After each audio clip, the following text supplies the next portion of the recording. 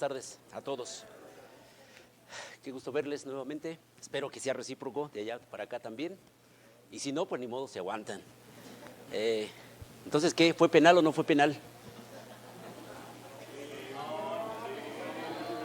Ahorita lo vamos a resolver bajo criterios de imputación objetiva. ¿Qué les parece? Bueno. Hemos avanzado en el estudio, en este repaso, ¿no?, del derecho penal sustantivo. Y evidentemente el objetivo es eso, hacer un repaso del derecho penal sustantivo, ni mucho menos es un curso, agotar toda la temática, agotar todos los problemas que encierra el derecho penal sustantivo. Y creo que el objetivo principal es crear en ustedes un ánimo de retomar otra vez los libros o de retomar los libros muy avanzados, de acuerdo al grado en que esté cada quien, por el estudio del derecho penal. La dogmática penal, que es lo que estábamos viendo, nos ofrece una metodología, nos ofrece un camino a seguir para resolver un asunto de la mejor manera. Cuando nosotros tenemos un asunto ante nosotros y tratamos de resolverlo solo con, no, pues es que a mí me parece que va por acá, ¿no? Yo creo que es aquí, o cosas así, vamos en un alto porcentaje al fracaso. Cuando enfrentamos un asunto, desarrollando una metodología, desarrollando un camino que nos ofrece la dogmática penal, tenemos grandes probabilidades de tener un resultado favorable a nuestros intereses. En el caso de ustedes, que normalmente toman el aspecto de parte procesal, de parte litigante. Por parte de los jueces, pues evidentemente tienen que emitir resoluciones que sean pues correctas. Y una manera de que un juez emita una resolución correcta es aplicando la dogmática penal. La dogmática penal, que dijimos, nace en 1882 bajo un sistema de Franz von Liszt, un sistema totalmente causalista valorativo. Le siguió un sistema valorativo representado normalmente por Edmundo Mesger. Viene el finalismo y decíamos cómo aquí en México, a partir de 1983, por primera vez el Código Penal Federal adopta una teoría, ¿sí? Y adopta la teoría del causalismo valorativo en 1983. Pero después, en 1994, adopta la teoría final de acción, lo veíamos. Y veíamos cómo el Código Penal Federal la adoptó y no se ha reformado hasta la fecha. Que el Código Procesal, gracias Rubén, que el Código Procesal, el Código Federal de Procedimientos Penales fue finalista de 1994 a 1999, regresamos al concepto de cuerpo del delito, pero a partir de la promulgación del Código Nacional de Procedimientos Penales, creemos que volvemos a estar en el terreno del finalismo. ¿Por qué? Porque así por lo menos nos lo prescriben los artículos 405 y 406 del Código Nacional de Procedimientos Penales, cuando nos habla de los elementos del delito y en muchos de los casos nos habla también del contenido de esos elementos del delito e inclusive, sobre todo, la ubicación de los errores, en donde los ubica el Código Nacional. Ello es muy palpable entonces que está recogiendo una teoría final de acción. Pero la teoría final de acción, decíamos que inició con Hans Belzel en 1938 y evidentemente no es el fin de esta propuesta que hace la dogmática penal. A partir de 1970, basados en teorías sociológicas, pues surge, digamos, que el último paso al que ha llegado la dogmática penal y que es el funcionalismo. El funcionalismo, que ciertamente puede tener repercusiones o no puede tener repercusiones, eso depende mucho de los operadores jurídicos más que de la propia legislación. El funcionalismo nace, por una parte, con Klaus Roxin y por otra parte, con Günther Jacobs. Los dos son funcionalistas. Al funcionalismo de Klaus Roxin se le llama un funcionalismo moderado Y al funcionalismo de Günther Jacobs se le llama un funcionalismo radical. ¿Sí?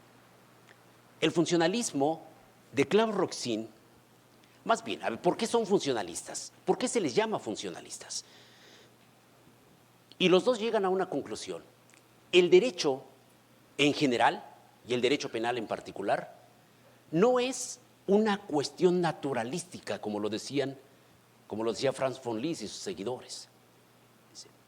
Y tampoco se trata de el derecho no es un ente corpóreo que le tengamos que aplicar las reglas ontológicas como lo hizo Welser.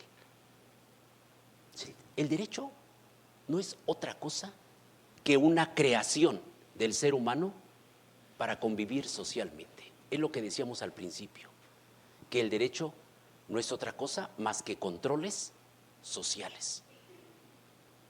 Entonces tenemos que ver cuál es la función de cada una de las instituciones sociales que ha creado el ser humano, y de acuerdo a esa función, pues tendrán algunas instituciones el título de funcionalistas.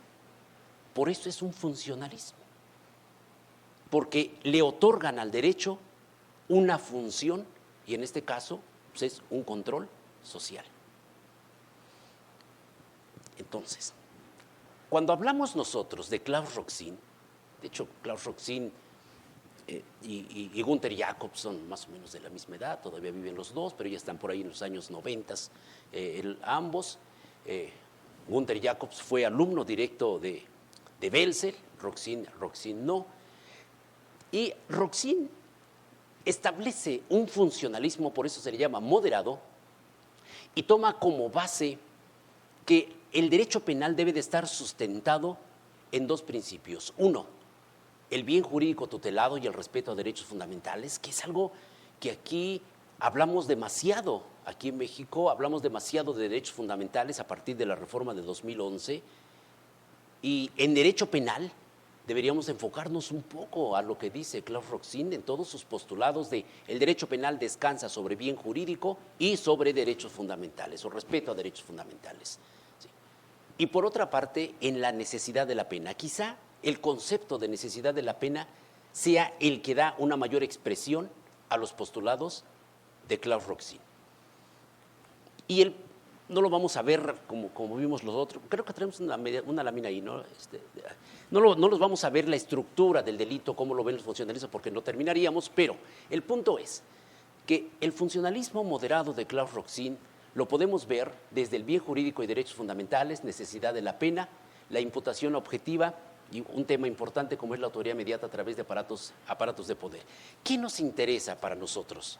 Bueno, evidentemente todos los cuatro temas son súper importantes, pero lo que nos importa es imputación objetiva. La imputación objetiva, que es una propuesta muy bonita, excelente por parte de Roxin, y se basa en los riesgos que todos nosotros creamos cuando estamos conviviendo socialmente. En estas sociedades modernas es todavía más palpable.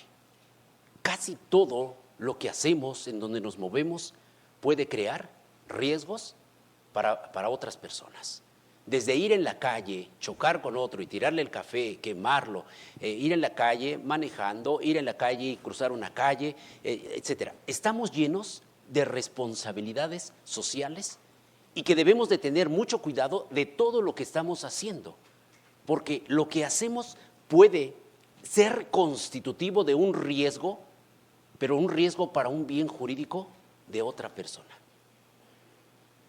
Entonces, cuando nosotros entramos al mundo de la teoría de los riesgos, lo que Roxin dice, bueno, pues lo que tenemos que hacer es o no crear riesgos, o si un riesgo ya es permitido socialmente, no hay que incrementarlo. ¿Sí? Nosotros no podemos, por ejemplo, ir y conducir un vehículo a exceso de velocidad, porque eso es aumentar un riesgo que socialmente está permitido. Ya manejar un vehículo de por sí implica un riesgo, pero socialmente está permitido dentro de ciertos parámetros. No podemos incrementarlo. No podemos manejar en estado de ebriedad, no podemos manejar a exceso de velocidad, no podemos manejar en sentido contrario, etcétera. Multiplicidad de ejemplos, ¿no? Entonces, lo que Roxin es, no debemos crear ni debemos de aumentar riesgos para los bienes jurídicos. Esto implica entonces, lo vamos a ver ahorita en un momento dado, nada más los vamos a enunciar, que cuando alguien disminuye un riesgo, aun cuando con ello crea un resultado típico, no debería de haber imputación de su conducta del resultado hacia su conducta. Lo vamos a ver ahorita mucho mejor explicado y en qué momento se aprecia esto. Solo debemos de tener en cuenta que no hay atribución del resultado a la conducta cuando alguien actúa disminuyendo un riesgo, cuando alguien actúa en principio de confianza, en prohibición de regreso o en autopuesta en peligro de la víctima. Ahorita solo manténganlos en mente nada más y ahorita vamos a ver cómo los aplicamos ya en la teoría del delito. Por otra parte, el funcionalismo radical de Günther Jacobs.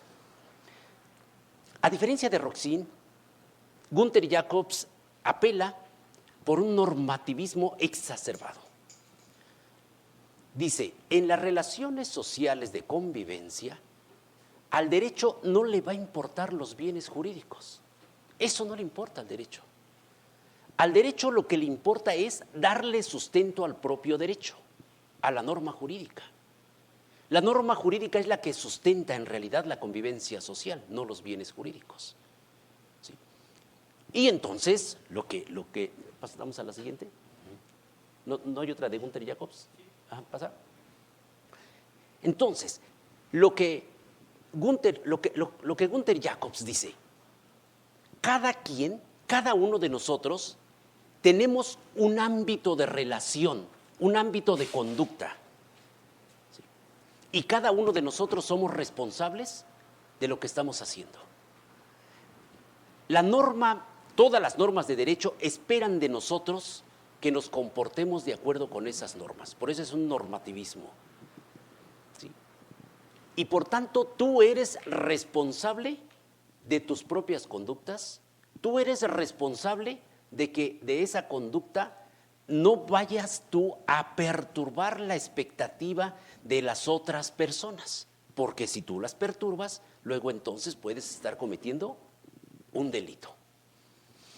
Es así como que sale de la órbita, porque todo nuestro estudio del derecho penal está basado siempre en bienes jurídicos.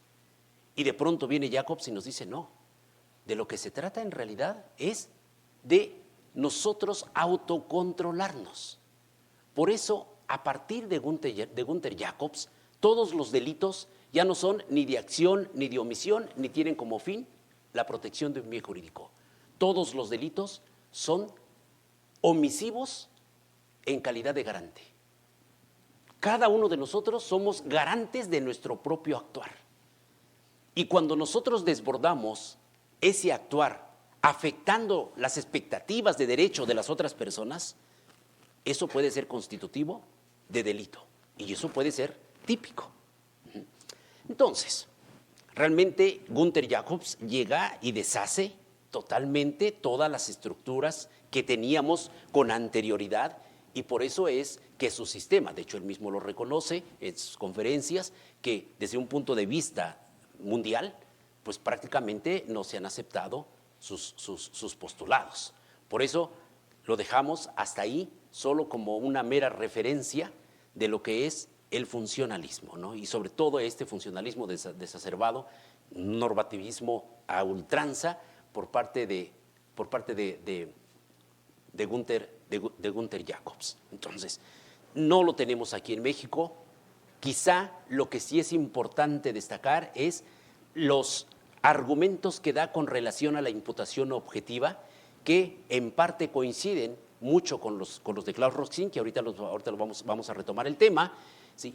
Y por otra parte es que todo para él es imputación.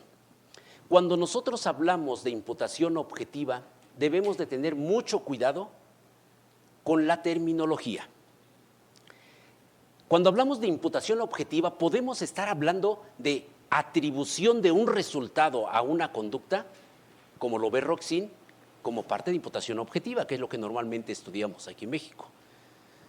Pero si nosotros nos vamos desde el ámbito de Günther Jacobs, imputación objetiva lo es todo. ¿Cómo le voy a imputar a una persona una conducta típica? ¿Cómo le voy a imputar a una persona la antijuridicidad de ese hecho? ¿Cómo le voy a imputar a una persona la culpabilidad por haber cometido un injusto? O sea, todo es imputación objetiva y todo parte de estas expectativas de derecho que todos manejamos y que se supone que todos nos manejamos en sociedad. Entonces, es una teoría sociológica a ultranza que de hecho pues proviene también desde Hegel, desde Kant, que son, digamos, que los autores principales, ¿no?, de todas estas corrientes, y pues es muy complicado que tengan lugar aquí en México porque todo el sistema jurídico penal en México está basado en bien jurídico y no en expectativas de derecho, por una parte, y por otra parte, la sustentabilidad en sí mismo del derecho como lo hace Günther Jacobs. Entonces, solo es como referencia a lo que estamos diciendo para más o menos tener un contexto general de cómo está la dogmática penal hoy en día. Pero ahora vamos a ver ya propiamente un estudio de la tipicidad ya en sí, porque hasta ahorita lo que hemos hecho es estudiar la ley penal e hicimos un recorrido histórico de cómo han sido los postulados de la dogmática jurídico-penal. Pero ahora vamos a aterrizarlo. Ya nosotros aquí en nuestro sistema, a ver cómo estamos, en dónde andamos, cómo debemos de aplicar el derecho penal sustantivo. ¿Sí? Y evidentemente, pues el primer elemento que vamos a estudiar, pues es el elemento de la tipicidad. En el elemento de la tipicidad, como ustedes pueden ver en la gráfica, están medio arcaicas mis gráficas, pero son entendibles, me parece. Es que aquí Rubén le dije que me hiciera unas gráficas y como buen millennial, pues me hacía así unas gráficas donde salía el planeta Marte y chocaba con los otros, una explosión y ya salían así cosas, ¿no? Pero no, le digo, espérame, porque me mareo con esas cosas. Entonces, perdonen mis gráficas arcaicas, pero por lo menos el punto es la transmisión del mensaje, ¿ok?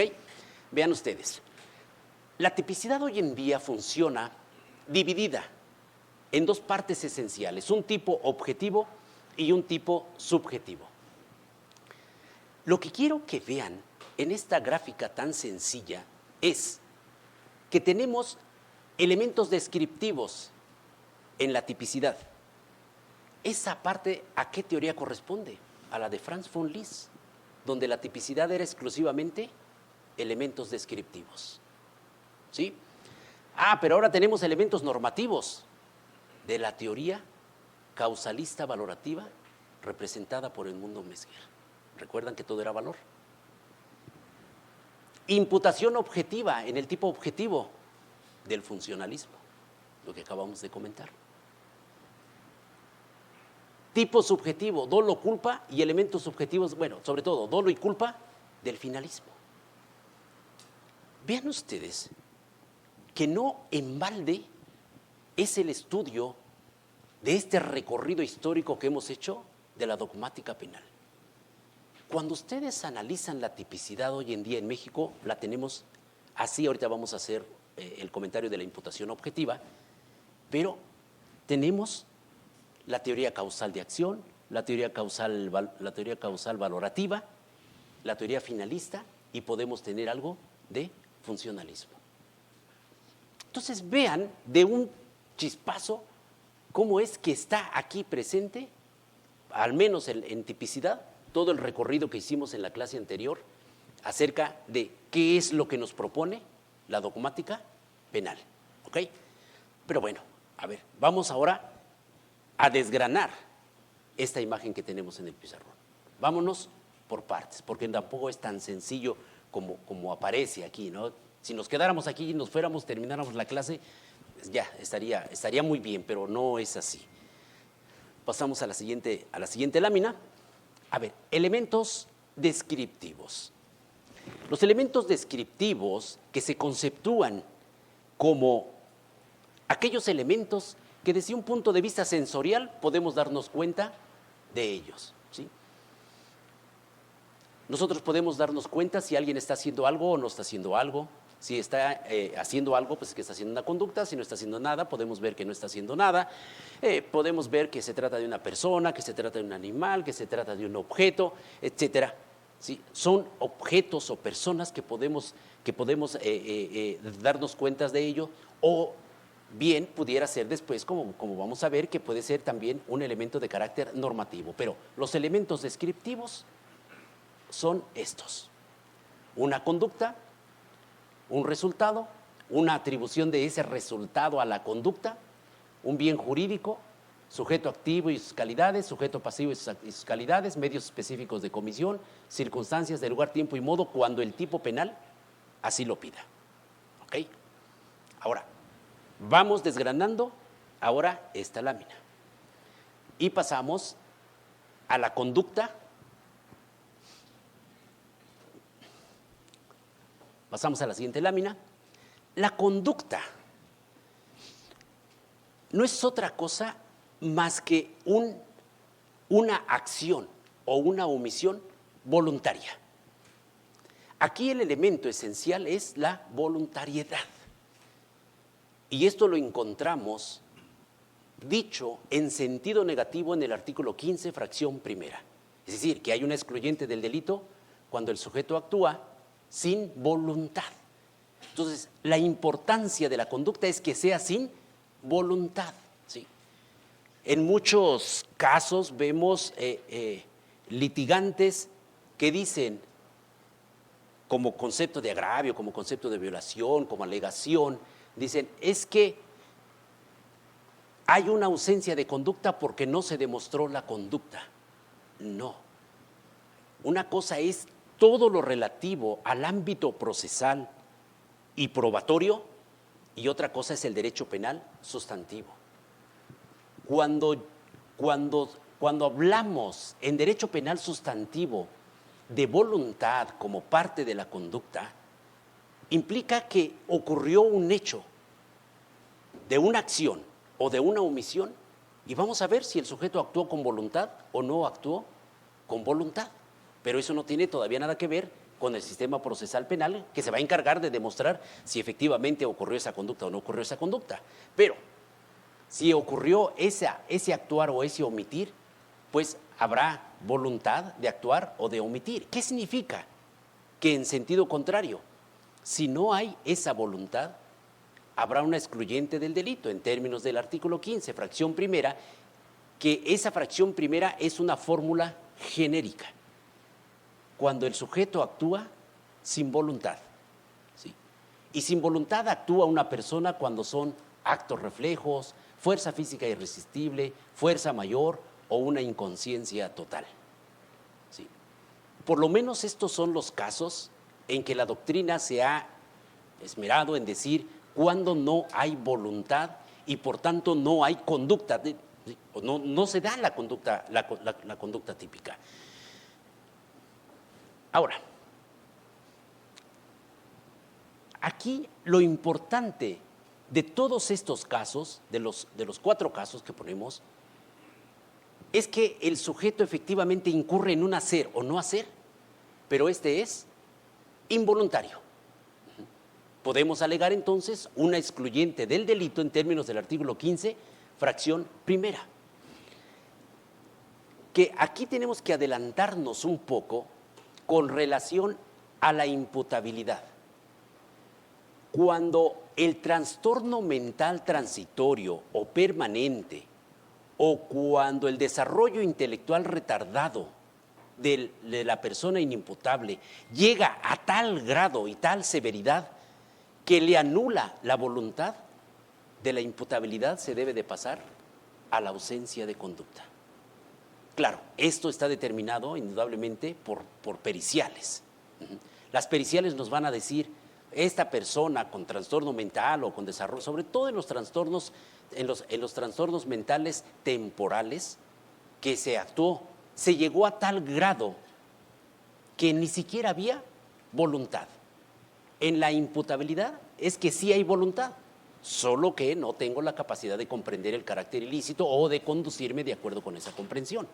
Pero si esa inimputabilidad llega a tal grado que anula inclusive la voluntad, esa hipótesis debemos de traérnosla del artículo 15, fracción séptima, al artículo 15, fracción primera, ¿sí? Cuando se llega a tal grado que no hay voluntad.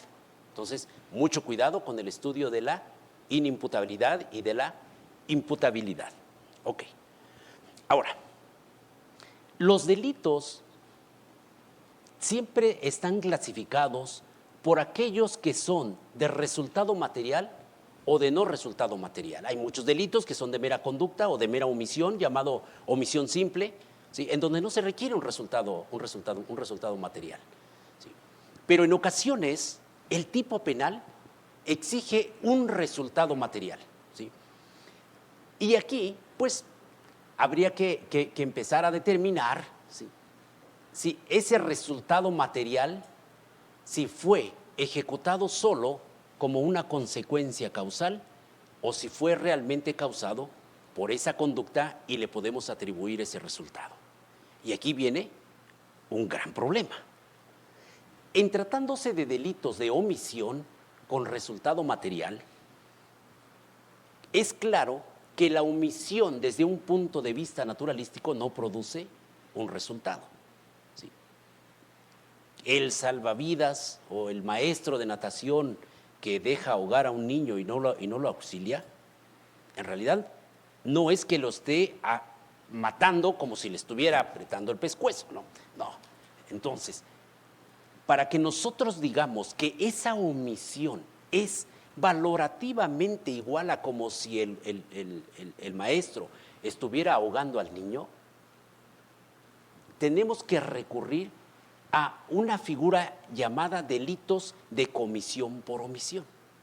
Es decir, en donde valorativamente es igual la acción a la omisión y por tanto el resultado se le podemos atribuir también a la omisión.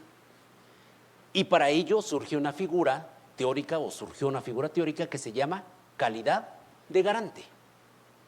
La calidad de garante no es otra cosa que la calidad que tiene una persona respecto del cuidado de un bien jurídico. Es decir, la persona es garante del bien jurídico y tiene que cuidarlo, porque si no lo cuida, pues se le va a atribuir ese resultado. Y el punto es, ¿cuándo yo tengo la calidad de garante? ¿Cuándo a mí me van a atribuir un resultado derivado de una omisión? ¿Qué tal que yo estoy en la esquina esperando el semáforo peatonal que se ponga en verde y veo que una persona se va a cruzar, una persona que no ve, y ahí va con su bastón, y yo veo que lo van a atropellar? Es claro que lo van a atropellar. Y si yo no hago nada y lo atropellan y muere, ¿me pueden atribuir ese resultado porque no lo detuve? Sí. Entonces, si estoy en el metro y veo que una persona se va a caer a las vías y no hago nada, ¿me pueden atribuir ese resultado porque no hice nada? Bueno, vamos a ver. El Código Penal Federal, desde 1994, la calidad de garante la otorgó bajo un sistema de fuentes formales, así se llama. Fuentes formales que son la ley, el contrato o el actuar precedente. Es decir, en ocasiones nosotros tenemos la calidad de garante porque la ley misma nos lo dice. La ley misma nos dice que debemos de cuidar ciertos bienes jurídicos. Entonces, la fuente de calidad de garante es la ley, el precepto que nos dice que debemos de cuidar tal bien jurídico. Normalmente entre relaciones entre familiares esto así se da, sobre todo en el cuidado por ejemplo, de menores, que es sumamente claro. Y creo que esta fuente de calidad de garante de hecho no representa gran complejidad, porque basta que revisemos la norma jurídica y que nos diga la norma jurídica, efectivamente, tú tenías la obligación de cuidar ese bien jurídico, no lo hiciste, es imputable el resultado a tu omisión. El contrato es cuando nosotros suscribimos un contrato para cuidar el bien jurídico, ¿sí? Cuando nosotros nos contratamos de salvavidas en la playa, cuando nosotros nos contratamos de maestro en las escuelas de natación, cuando nos contratamos como médico, cuando nos contratamos como enfermeras, todos estos son calidad de garante o casos de calidad de garante derivado de un contrato que hemos asumido. Y ahí nos pueden atribuir el resultado del bien jurídico si en razón de que ese contrato tenía como objeto el cuidado de un bien jurídico y no lo cuidé. El ejemplo que ponen tradicionalmente es el del guardavías, el del tren. ¿Sí? El del tren que se contrata para que a las 2 de la tarde exactamente nada más jale la palanca para que las agujas de las vías se pongan para que el tren se vaya por un lado. Y pues resulta que no hace eso. ¿Sí?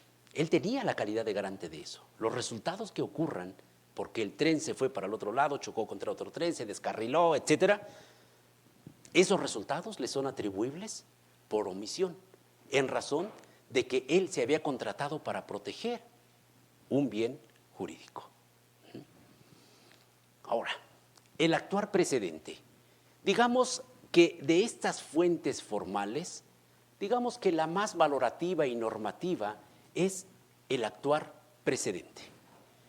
El actuar precedente implica que en todos aquellos casos en que nosotros hagamos una acción que posteriormente puede lesionar un bien jurídico, tenemos que tomar todas las precauciones para que no ocurra ese hecho en el futuro. ¿Sí? Si nosotros tenemos que transportar, por ejemplo, gasolina, pues tenemos previamente que ver que que vaya cerrado, que las válvulas estén bien, que no se vaya a derrapar, por ejemplo. Si nosotros, por ejemplo, decimos, se descompuso la tubería que va de la calle a nuestro edificio o a nuestra casa. Y entonces contratamos a alguien pues para que parta a la calle y rasque, pero como ya era tarde, pues dejaron la calle abierta, ¿no? Vino un vehículo en la noche y se estampó contra el hoyo y vamos a suponer así para hacerlo más dramático, que se matan los que van en el vehículo, ¿no? Entonces, ese actuar precedente de haber abierto la calle y con ello poner en peligro bienes jurídicos de peatones, de automovilistas, motociclistas, etcétera, nosotros lo tenemos que cubrir, poniendo señales, cerrando la calle, lo que sea, lo que debamos de hacer para que el bien jurídico que puede estar en peligro, para que no se lesione. El actuar precedente entonces es tener un peligro o crear un peligro y no tomar las precauciones necesarias para que no afecte ese peligro un bien jurídico. Por eso se llama actuar precedente, porque el actuar precedente es: cometí yo un acto en virtud del cual hice un peligro para un bien jurídico y no tomé las precauciones para que esa fuente de peligro no se concretara en la realización de un resultado, que es la tercera parte del actuar precedente. Ahora, como les dije al principio, estas se llaman fuentes formales, ¿sí? Y son muy claras. Pero también tenemos fuentes materiales de calidad de garante. Las fuentes materiales implican que no vamos a tomar en cuenta esta fuente, sino que vamos a tomar como referencia para tener la calidad de garante fuentes que implican una convivencia social. ¿Sí? A partir de la convivencia social, y en ello estamos entrando así en terminología funcionalista y cosas así, nosotros podemos tener fuentes diversas a estas, o por lo menos estas entran evidentemente en las fuentes materiales, pero además agregamos otras. Supongamos que terminamos muy contentos del curso, ¿sí? Y decimos, vámonos todos, ahorita terminando la clase, nos vamos todos al desierto de los Leones y nos echamos una lunada. Y cuando estamos por allá, uno de nosotros resbala entre el bosque y se cae. Y nosotros lo dejamos, ¿no? Pues ¿para qué se resbala? ¿Para qué se cae? Yo no tengo la calidad de garante porque el maestro acaba de decir hace rato que solo es por ley. La ley no me implica que yo tenga que cuidar a mi amigo. No suscribí un contrato en donde yo me comprometiera a cuidarlo, que andaba ahí de borracho y se cayó. Y tampoco hice un actuar precedente en donde yo creara o aumentara una fuente de peligro. ¿Ven? ¿Es responsable o no es responsable? Si nosotros decimos, la calidad de garante también te puede devenir de las relaciones sociales, tienes calidad de garante. Entonces, por ejemplo, el Código Penal de aquí de la Ciudad de México ya prevé la calidad de garante derivado de fuentes materiales. Por eso les decía, cuando yo veo que alguien se va a ir a las vías del tren, del metro y se va a electrocutar, ¿tengo la calidad de garante? Depende. ¿Conforme al Código Penal Federal? No. ¿Conforme al Código Penal de la Ciudad de México? ¿Quién sabe? Ajá. Tengan cuidado por las relaciones sociales y la convivencia social. Entonces, en materia federal no tenemos vuelta de hoja, son muy claras estas fuentes formales. En otros códigos, con una amplia y con una terminología y con unos supuestos totalmente modernos, la cosa es muy diferente. Le echan por ahí, los que tengan curiosidad, una leída al articulado del Código Penal de la Ciudad de México y verán ustedes que desde el principio, principios del derecho penal, interpretación de la ley penal, etcétera, es un código moderno y en donde las fuentes de calidad de garante son muy diferentes a las fuentes formales que prevé el Código Penal Federal. Entonces, hay que tener muy estudiados no tan solo las fuentes formales, sino también las fuentes materiales. ¿Ok? Ahora, en tratándose de delitos de acción con resultado material, pues tenemos un tema que ha sido el debate en derecho penal desde siempre. ¿Cómo podemos nosotros decir que ese resultado es obra de la conducta?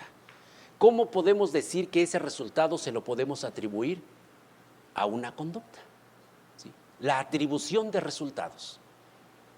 Bueno, pues tenemos nosotros que en el sistema causalista, lo habíamos visto o lo habíamos por lo menos mencionado, decíamos que la teoría de la equivalencia de las condiciones era la teoría excelente para formular su propia teoría, su propio esquema de la teoría del delito.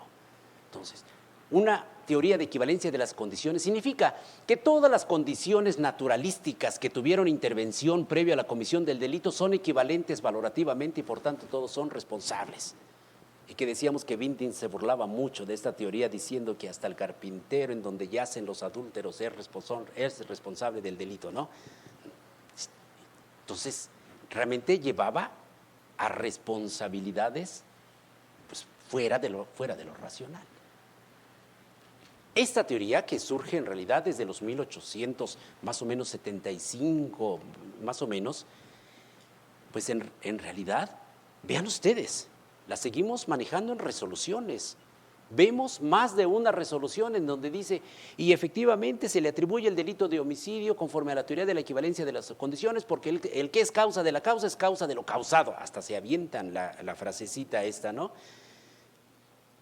De una teoría de hace de más de 100 años, de hace 150 años, y que valorativamente, tal como están las sociedades modernas, donde lo que importa es la valoración de las cosas, pues está fuera de toda órbita.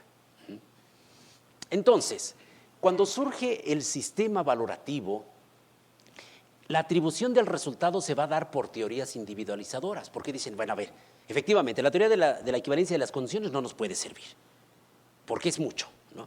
Pero entonces, ¿cuál es la condición por la cual vamos a atribuir el resultado a la conducta? Y surgen las teorías individualizadoras y dicen, bueno, pues puede ser la última condición. Fue una propuesta. La última condición que haya concurrido antes del homicidio, pues esa puede ser. Y bueno, obviamente se pusieron muchos ejemplos en donde eso no resultaba, ¿no? Por ejemplo, en autoría mediata, el que se aprovecha del otro, la atribución no puede ser del autor, del sujeto que obra como instrumento, ¿no? Tiene que ser el de atrás. Entonces, hubo otras teorías como la teoría de la relevancia. ¿Cuál de entre todas las teorías de la equivalencia de las condiciones, digamos que son 100, cuál es la más relevante?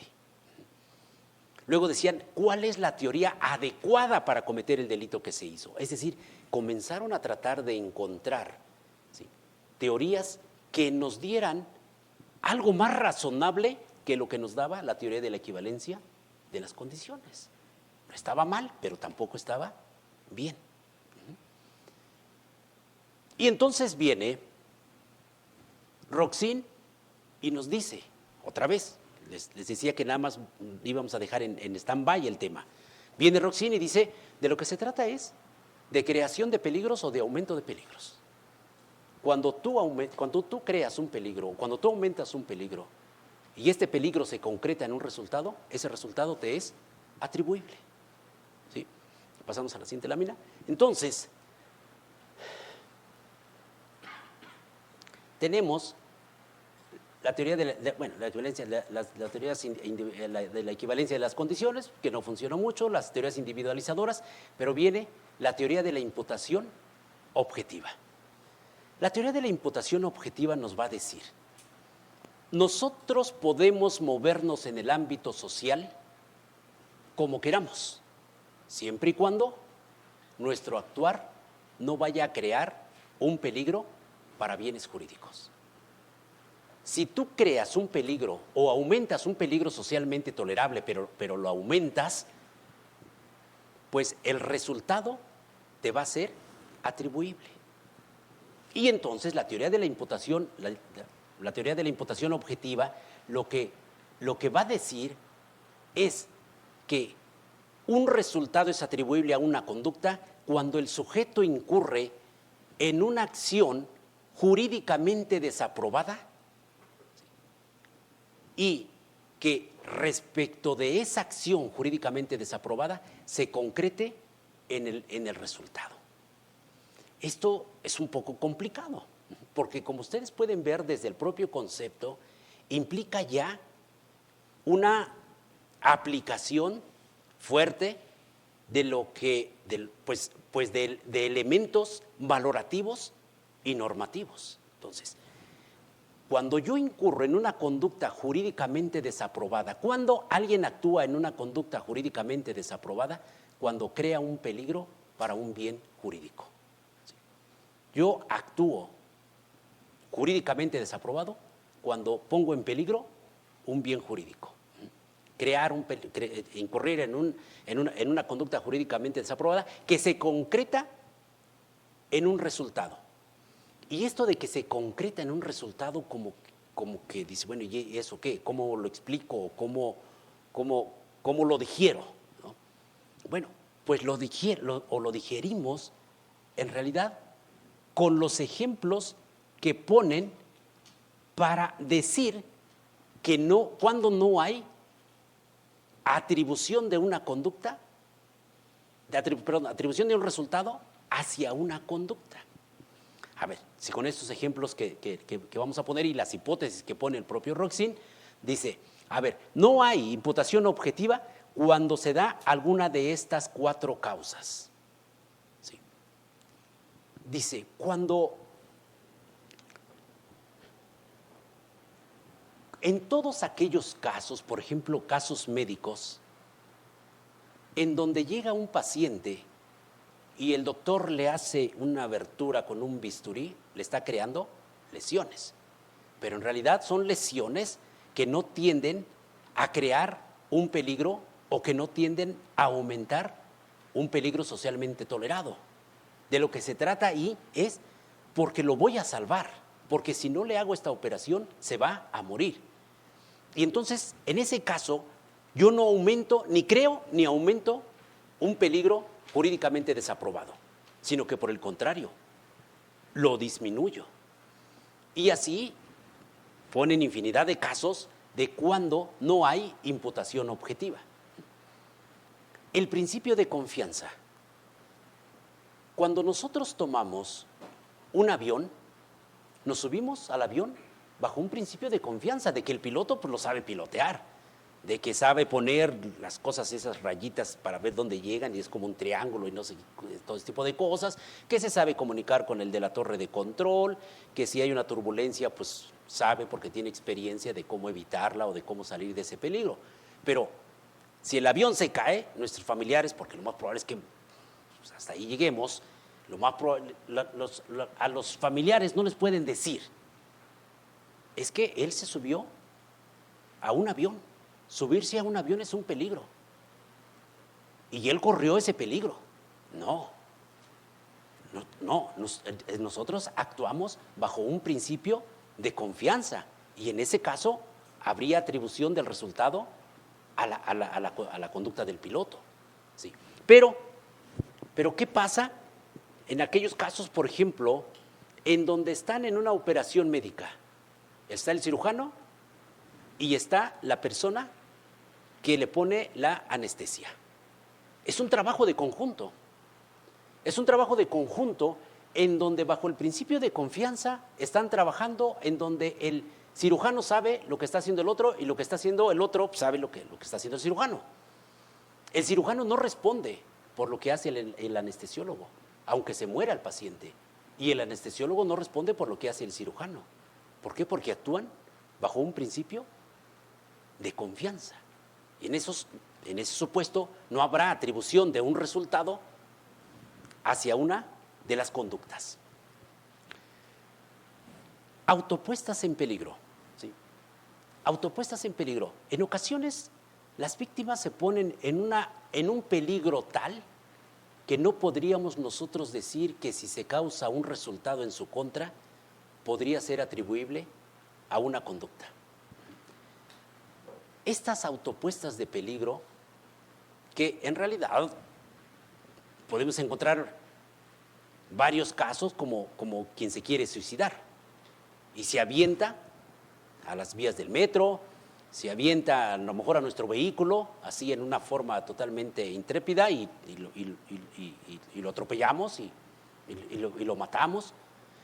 Todos esos casos en donde la víctima renuncia a su bien jurídico, no podríamos decir nosotros entonces que creamos un peligro para ese bien jurídico y que se concretó ese peligro en el resultado. ¿Por qué? Porque la propia víctima había renunciado a su bien jurídico. Prohibición de regreso. La prohibición de regreso es una figura bonita en donde dicen, tenemos un resultado y vamos a ver hasta dónde nos podemos regresar e imputar resultados. ¿Sí?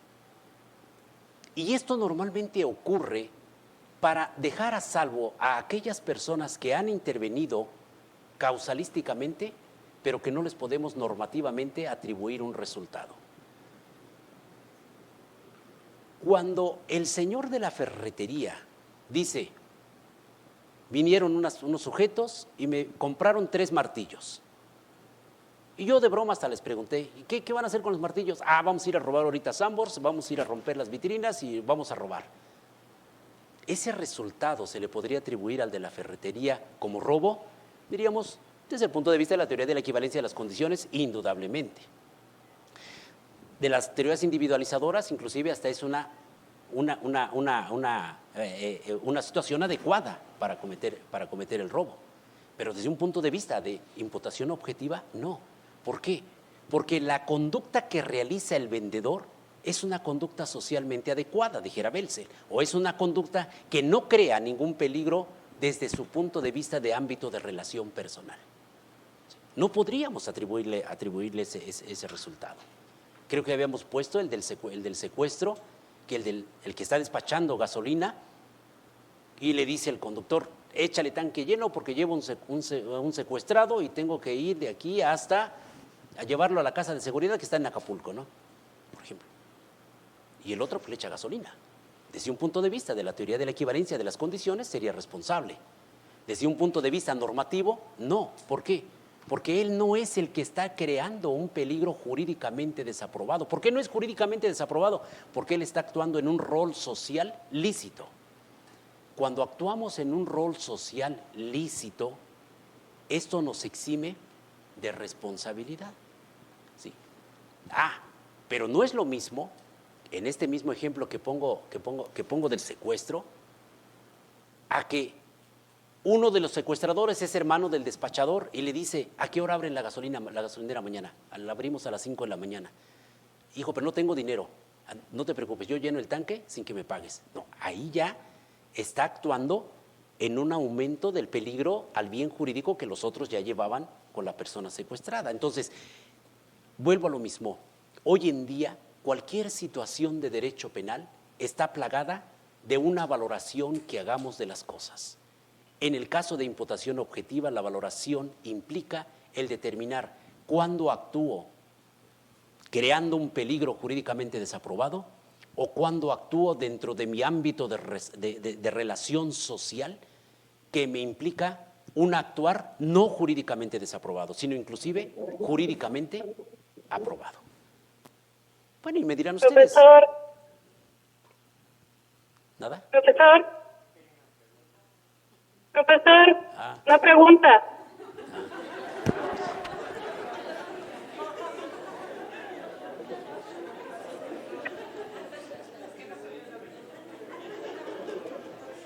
Alexis, ¿cómo? No sé cómo, si gusta que la haga así de una vez. ¿Sí?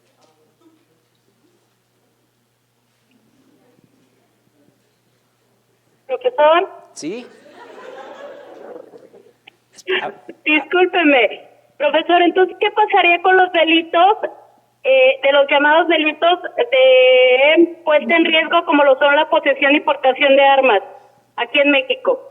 De los delitos de portación de arma, en los delitos ¿qué son? Sí, en los delitos de portación de arma tenemos una gran ventaja, no son delitos de resultado, son delitos de mera conducta. Exacto. Y ya no tenemos que meternos en imputación objetiva, o no tenemos que meternos en cómo atribuir ese resultado a la conducta. Okay.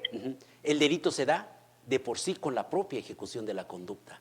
¿Por qué? Porque son delitos de mera conducta. Ahí no tendríamos que meternos, ¿no? Ahí basta. Bueno, después vamos a ver los otros elementos, porque ahorita estamos en los elementos descriptivos, recuerden, ahorita estamos en los primeros de ellos: conducta, resultado y atribución de resultado, ¿eh? No nos vayamos a perder. No sé si esa sea el significado de la pregunta que nos hizo. ¿Sí? Ok.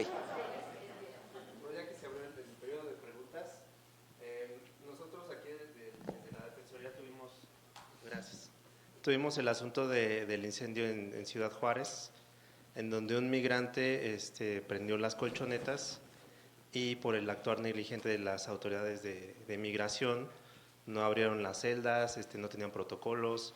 Desde nuestra perspectiva eso fue una omisión que incrementó el riesgo. Entonces así lo manejamos como defensa, pero pues no nos hicieron caso. El mismo supuesto pasó en Oaxaca, donde migrantes incendiaron colchonetas, pero ahí las autoridades migratorias sí actuaron conforme al protocolo y ahí no hubo ningún resultado material, además de los daños materiales de las propias colchonetas. Pero bueno, eso pues me parece que evidencia un poco lo del incremento del riesgo, y ahí desde su perspectiva, desde la nuestra como defensa, pues sostuvimos que el resultado se le tenía que atribuir a las autoridades migratorias, porque si ellos hubieran actuado conforme a su calidad de garante, conforme a protocolos, no hubiera acontecido ese resultado. Sí, claro. Allí es un ejemplo muy claro de la calidad de garante que tienen. De hecho, toda persona detenida administrativa o penalmente está bajo la tutela de la autoridad.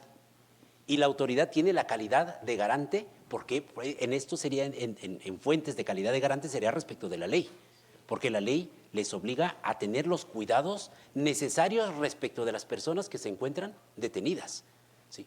Y, pues, por supuesto, el que ante un peligro que surge, como en este caso, que los propios detenidos y eso ocurre también mucho en las cárceles cuando hay levantamientos ahí,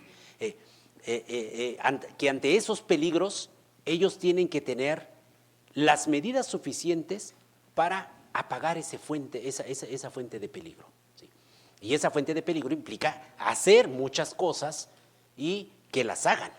Puede ser que esas cosas, inclusive bajo los criterios protocolarios inclusive, y que se haga todo, y a veces si no se puede evitar el resultado, no habría precisamente imputación objetiva, porque entonces el realizar todas las acciones que estaban a su alcance y que deberían de hacerse, eso implica entonces que no incurren en un peligro jurídicamente desaprobado, sino que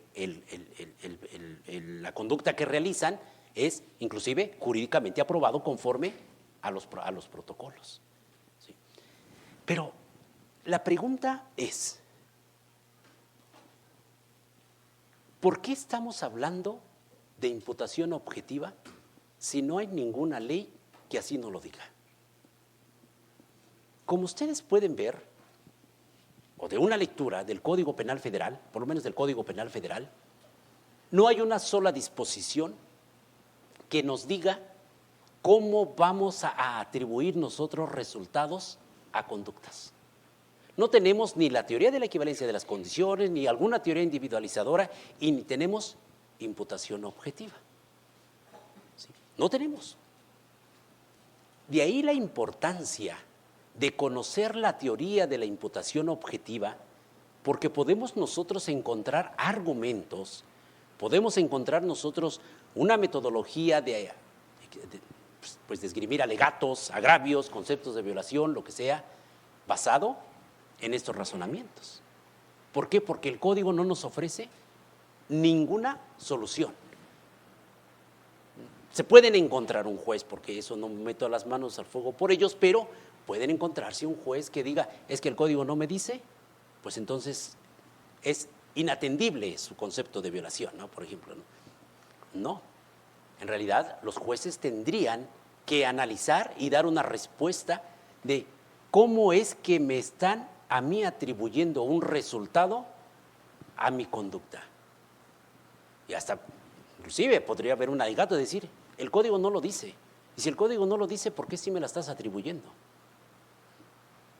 Es algo en que a veces no hemos pensado, y de hecho, por eso se sigue utilizando muchas veces esta fórmula de la equivalencia de las condiciones, porque con eso nos sacamos cualquier problema, desde un punto de vista naturalístico, pero desde un punto de vista normativo, indudablemente que no tenemos ninguna solución válida.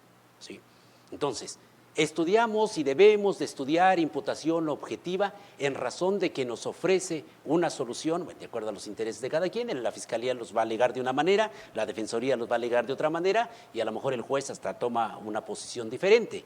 Pero debemos de conocer perfectamente los postulados de la teoría de la imputación objetiva para poder dar una solución razonable, porque la imputación objetiva es, si hay algo que tiene, es que es razonable desde un punto de vista normativo, para dar una solución de cuándo le puedo atribuir a una persona, a la conducta de una persona, un resultado. ¿Sí? Y ahora, ¿fue penalti o no fue penalti? ¿Sí? Quizá a algunos no les gusta el fútbol, no vieron el partido de la final y dicen que le regalaron el campeonato a la América, etcétera, ¿no? Por un penalti, ¿no? ¿Fue penalti o no fue penalti? Decimos, a ver, el defensor se barre en el área cuando todos los cánones del fútbol dicen que si te barres en el área en forma temeraria es algo que no debes de hacer. ¿Por qué? Porque incrementas un peligro, porque creas un peligro, porque puedes precisamente crear un penalti. El defensor del Cruz Azul se barrió en forma temeraria y creó un peligro jurídicamente desaprobado, ¿no? Podríamos decir. Y después, ¿cómo se llega a la solución? A ver, el otro se cae. Ese resultado de que se cae, ¿podemos atribuírselo a la conducta del que se barrió? Existen dos argumentos, y ahí están todos, hasta hoy los comentaristas, ya estamos en martes, y siguen con lo mismo. Para mí sí fue penalti, para mí no fue penalti, ¿no? Si nosotros decimos, el sujeto creó un acto jurídicamente desaprobado que se concretó en que el otro haya caído, porque cuando brinca, pasa, y así lo dijo el árbitro, el pie del ofensor es obstruido por la parte torácica del defensor. Pues por tanto creó un peligro jurídicamente desaprobado que se concretó en que el otro se cayera, pues porque lo obstaculizó. Ese fue el argumento del árbitro. El argumento que están en contra todos es, pero el ofensor del América arrastró el pie y él quiso caerse porque él dejó el pie, entonces está ante una autopuesta en peligro. Entonces, ¿fue penalti o no fue penalti? De acuerdo a la imputación objetiva, pues si ustedes ven en la repetición y creen que el jugador del América dejó el pie, pues hay una autopuesta en peligro. ¿Por qué? Porque el derecho que él tiene de que no lo obstruyan en el área, renunció a su bien jurídico y por tanto hay una autopuesta en peligro.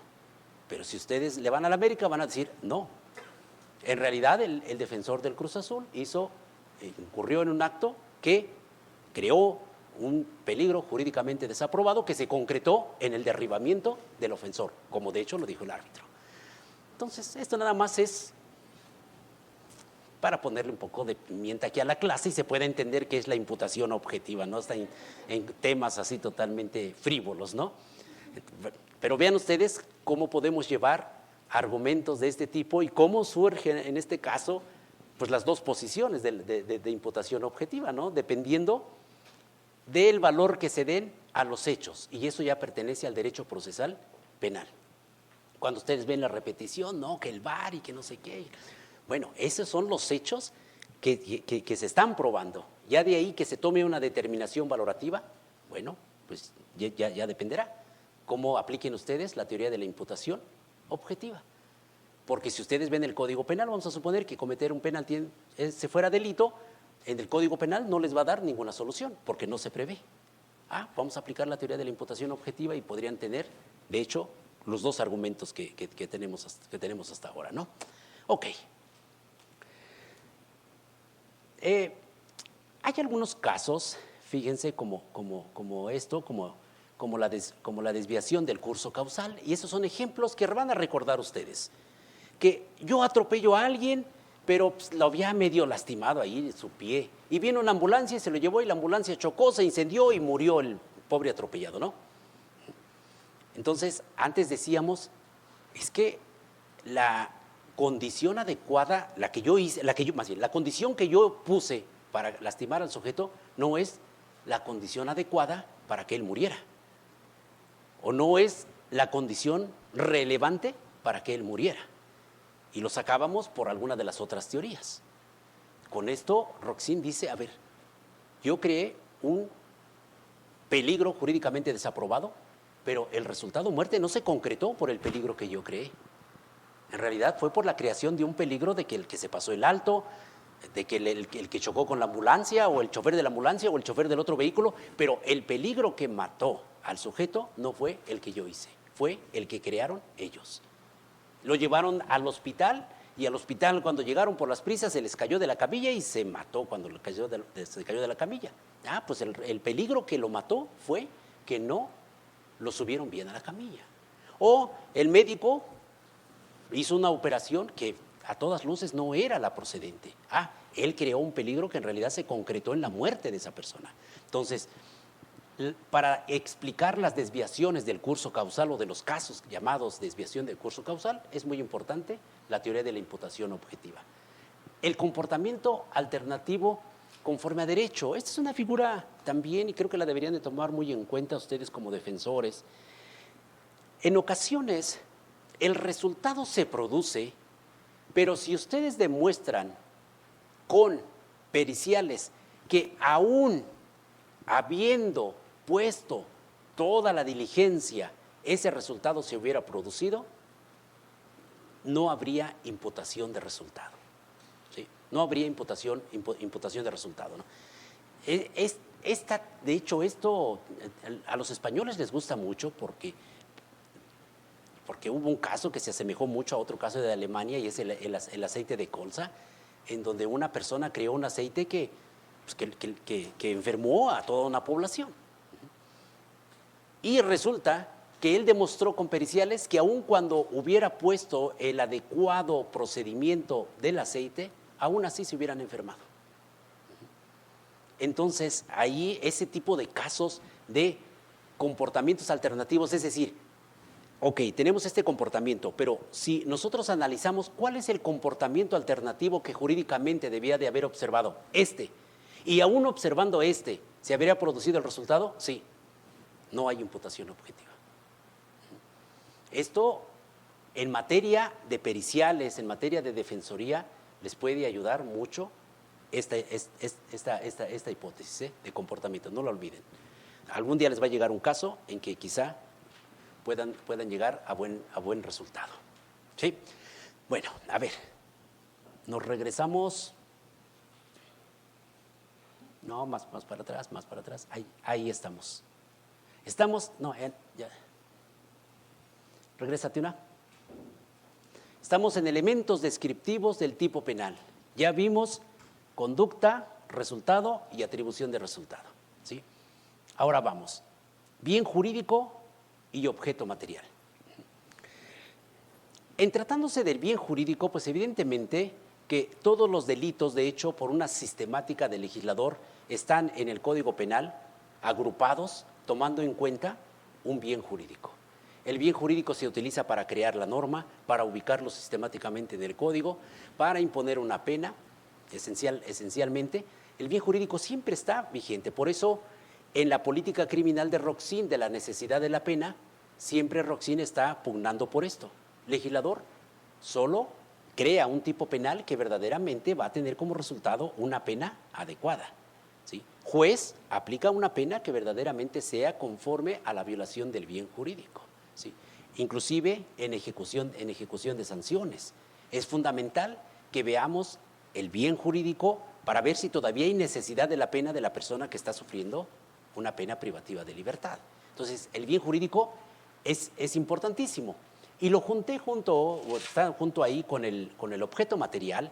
El objeto material es la cosa o persona sobre la cual recae la conducta típica. Entonces, a ver, si nosotros vemos conducta, resultado y atribución, si no hay conducta es porque no hay voluntad y dijimos hay una ausencia de conducta en términos del artículo 15, fracción primera. Si no hay un resultado o no hay atribución de resultado, sería una atipicidad en términos del artículo 15, fracción segunda.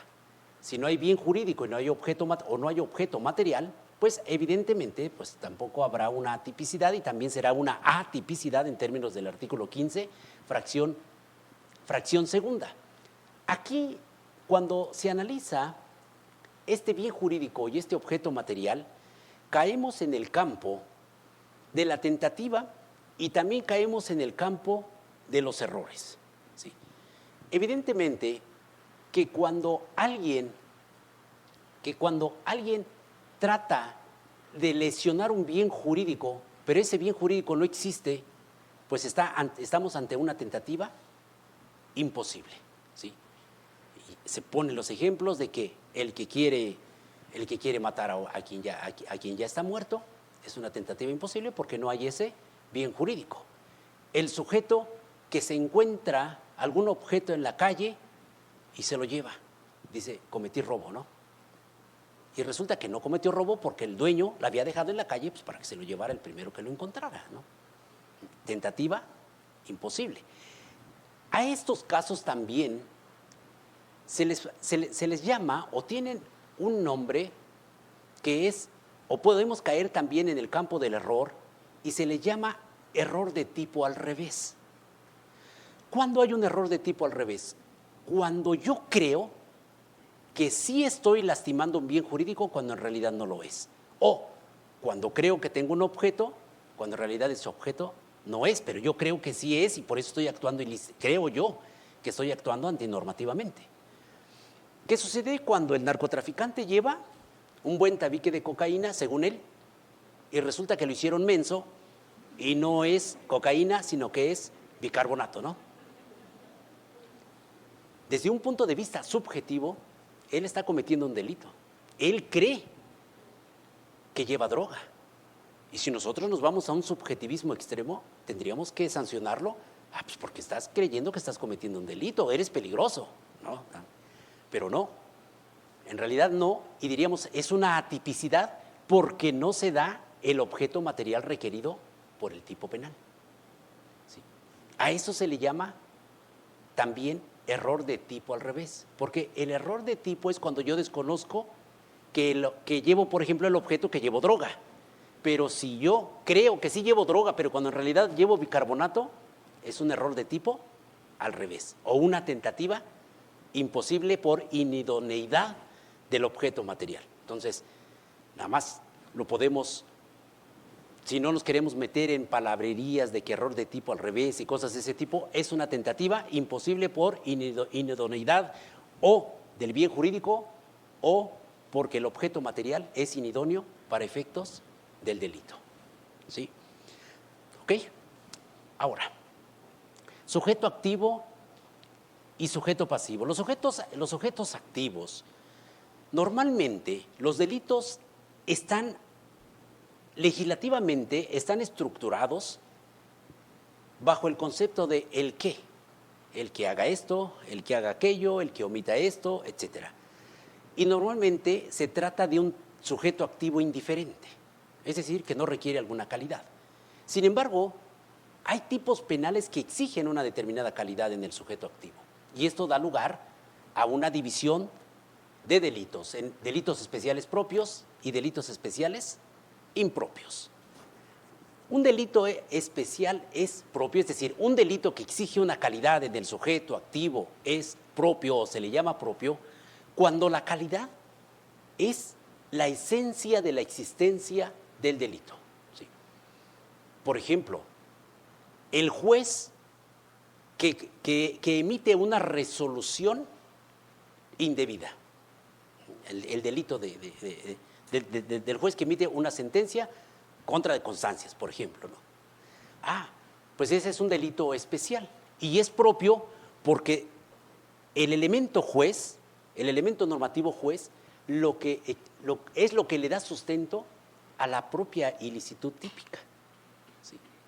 En cambio, en los delitos especiales impropios, la calidad solamente va a venir a agravar o atenuar lo que ya de por sí era un delito base. Si nosotros decimos, el comete el delito, bueno, ahora es en relación de parentesco, pero así lo decimos como estaba antes, no comete el delito de parricidio aquel que mata a su padre conociendo esa circunstancia. Bueno, pues si no se da esa circunstancia de relación parental, pues se da el delito de homicidio. Entonces, por eso, en este caso, todos los delitos de homicidio en razón de parentesco son delitos especiales impropios porque no es la calidad de sujeto lo que le da sustento a la tipicidad, sino en realidad solo lo agrava o lo disminuye. En algunos casos se disminuye, pero serán delitos especiales propios cuando la calidad del sujeto es lo fundante de la tipicidad. ¿Ok? En los delitos especiales impropios, la falta de calidad normalmente siempre va a llevar a que siga o subsista el delito base. ¿Ok?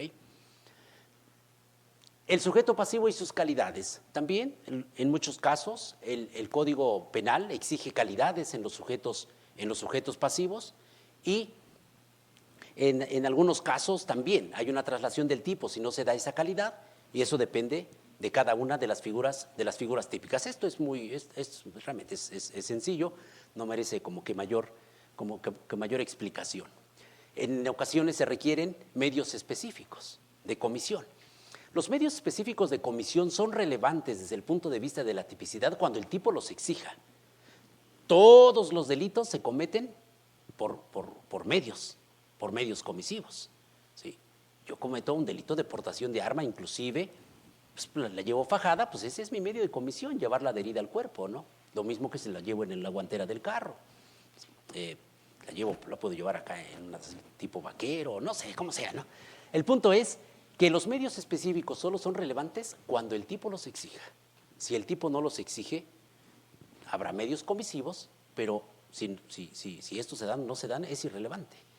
Pero si el tipo exige al que haga esto con violencia, al que haga esto a través del engaño, ¿no? Al que haga esto valiéndose de esto o del otro. Es decir, en esos casos, si esos medios comisivos no se dan, son relevantes y por tanto la tipicidad puede variar. Y puede variar tanto que en ocasiones no se dé el delito si el medio comisivo es fundante de la tipicidad, o en ocasiones puede variar y decir, un robo con violencia, si no se da la violencia como medio comisivo, pues da lugar a un robo, o sea, a un robo del tipo básico. Esto también es, digamos que es sumamente conocido. Igualmente podríamos decir respecto de las circunstancias de lugar, tiempo y modo. Es decir, las circunstancias de lugar, tiempo y modo son típicas. No las circunstancias de lugar, modo y tiempo que debemos de analizar, por ejemplo, en un auto de vinculación a proceso o en la sentencia, no, eso es otra cosa, ¿sí? Aquí de lo que se trata es que el tipo nos está diciendo que en determinado lugar, el que robe en lugar cerrado, el que robe en casa habitación, el que robe el que haga algo dentro del territorio nacional, el que ejecute un hecho a bordo de un barco con bandera mexicana, etcétera, ¿sí? En fin, tiempo igual, al que haga esto en determinadas circunstancias, al que se vaya con el enemigo en tiempos de guerra, pues será de traición a la patria, y así. Y en cuanto al modo también, en ocasiones hay circunstancias de modo de cómo el tipo penal exige que se ejecute el delito, ¿ok? Todo esto, si no se da, puede ser una atipicidad o puede ser la traslación a otro tipo penal, dependiendo de las circunstancias, como lo hemos visto, ¿ok? Entonces, si nosotros analizamos la tipicidad, podríamos decir, ya vimos los elementos descriptivos, pero nos faltan los elementos normativos. Y aquí, los elementos normativos, que ya se sabe, requieren de una valoración, ¿sí? Los elementos normativos no son aquellos que podamos apreciar sensorialmente, sino requerimos hacer un juicio respecto de ello. ¿Qué se entiende por documento? Si nosotros nos remontamos a la época de los dinosaurios, pues no había documentos ahí caminando, tampoco había servidores públicos, ¿no? O cosas así. Entonces, son cuestiones también derivadas del ámbito social y que creamos figuras e instituciones que se requieren una valoración para determinar si sí se dan o no se dan. ¿Qué es cosa ajena? Bueno, pues cosa ajena, pues es una creación jurídica. ¿Sí? Es una creación jurídica que a lo mejor, si en vez de que los Homo sapiens hubieran llegado a Euroasia y aniquilaron a los neandertales, ¿no? Los neandertales eran socialistas, ¿no? Y todas las cosas que había pues eran de todos, ¿no? Así al estilo John Lennon, ¿no? De que no religion y no possessions ni nada, ¿no? Entonces, si hubieran subsistido ellos, pues tal vez el sistema de ajeneidad ni siquiera lo tendríamos. Pero llegan los Homo sapiens y eran más envidiosos, son más violentos, son más numerosos, se reúnen, pero cuando ya tienen el botín no saben cómo dividírselo, se pelean entre ellos. Entonces se crean conceptos como el de ajeneidad y no nos dé risa porque todos somos Homo sapiens, ¿no? Según la teoría de la evolución, ¿no? Entonces, pues, ¿por qué estaba diciendo esto? Sí, por la valoración, que puede ser desde un plano de vista jurídico o puede ser desde un plano de vista cultural, ¿sí? Y pues lo relevante, bueno, esto creo que es muy básico, esto lo sabemos, pero como vamos a ver, el punto también es cómo el sujeto debe de conocer todo esto para actuar dolosamente, que es lo relevante. Cuando nosotros tenemos el tipo objetivo, con elementos descriptivos y elementos normativos, pues hasta ahí tenemos un resultado típico objetivo, ¿sí? Ahora vamos a confrontar ese resultado típico con el sujeto activo, desde el punto de vista del dolo o de la culpa. A ver, se produjo este resultado, ya tenemos todo esto. Ahora, a ver, vamos a ver si esa persona quiso ese resultado, si solo lo consintió, a lo mejor no lo previó, pero debió de haberlo previsto.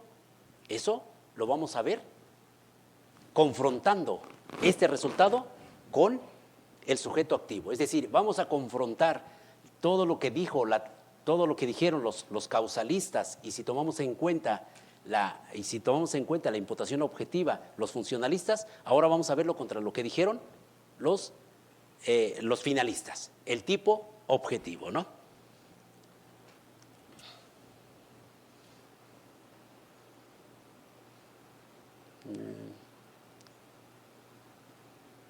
Ahí está.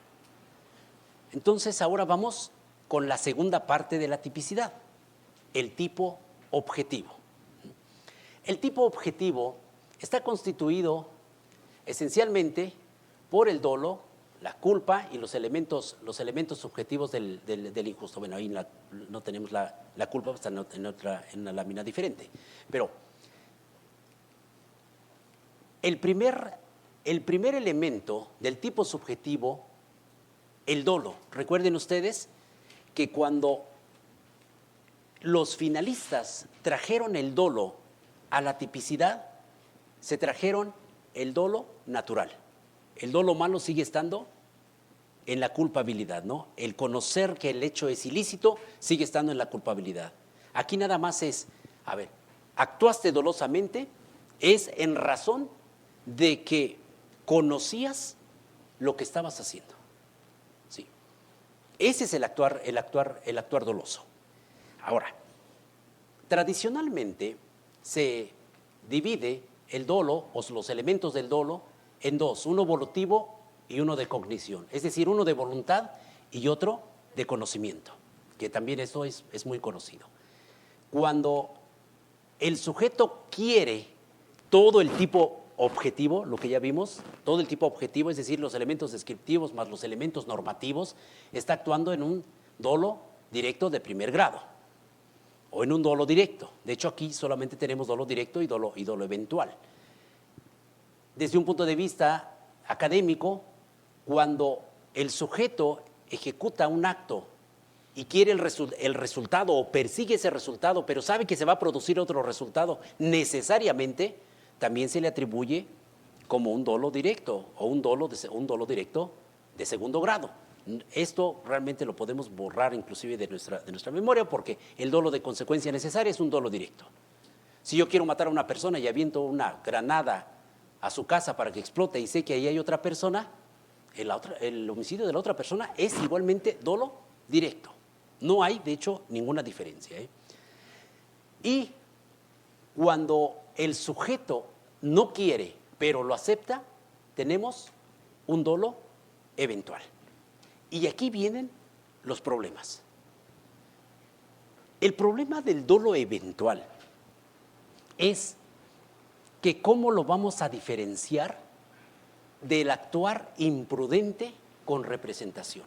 El actuar imprudente con representación, recuerden ustedes, es cuando me imagino que va a producirse un resultado esperando, con la esperanza de que no se produzca ese resultado, ¿sí? En cambio, en el dolo eventual, tengo un consentimiento de que si se produce ese resultado, lo hago mío. O también una teoría de la indiferencia o una teoría de la movilidad. Yo sigo moviéndome a pesar de que el resultado se vaya a producir.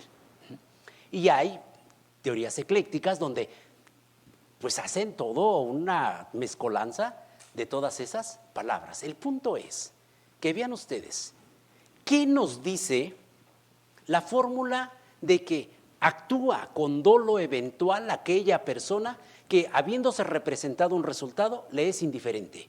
O actúa con dolo eventual aquella persona que se representa un resultado y lo consiente. Actúa con dolo eventual aquella persona que, no obstante que se representa un resultado, él sigue con su movilidad. Pues, si lo analizamos en conciencia, las palabras no nos dicen mucho.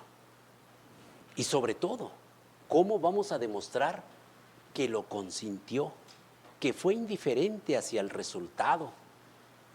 Todas estas cosas que inclusive Jacobs hace una gran crítica al elemento volutivo del dolo y al dolo en general, y diciendo, ¿cómo pueden ustedes, jueces, sistemas, estados, atribuir a una persona mediante esto que llaman ustedes dolo y dolo eventual, diciendo que el sujeto aceptó, diciendo que el sujeto fue indiferente.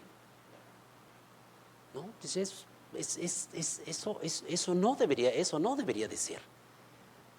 Y en realidad todo el sistema del dolo en el aspecto evolutivo nace para diferenciarlo de la imprudencia consciente o de la imprudencia con previsión. Por eso hoy en día muchos dicen, lo que único que nos debe de interesar para efectos del dolo es que el sujeto haya conocido el tipo objetivo. Si él lo conoció, actúa con dolo. Si lo consintió, si le fue indiferente, dice, eso no nos ayuda absolutamente en nada para determinar el actuar doloso. ¿Por qué? Porque la persona que conoce y actúa es el que crea un peligro jurídicamente desaprobado y es al que se le debe de atribuir el resultado. A mí no me interesa si tuvo consentimiento, si tuvo indiferencia, porque todo eso solamente me va a complicar a mí la atribución del resultado. Pero hagámosle caso en el sentido de que académicamente así está propuesto. No le hagamos caso en razón de que el artículo 9 sí nos habla del elemento volutivo y del elemento cognoscitivo. En México tenemos, sí, el elemento volutivo, y eso nos va a ayudar mucho para poder determinar la diferencia con la imprudencia, con previsión. A ver, ¿qué nos ha dicho la Corte? No nos ha dicho mucho, vamos a ver. A ver, tenemos esa primera tesis. Dolo directo. Ya es de la novena época, no es así, no es tan vieja, novena época, pues más o menos. El dolo directo se presenta cuando la intención del sujeto activo es perseguir directamente el resultado típico y abarca todas las consecuencias que, aunque no las busque, el sujeto prevé que se producirán con seguridad. El dolo directo se compone de dos elementos, el intelectual y el volutivo. Digamos que hasta ahí va bien la tesis, ¿no?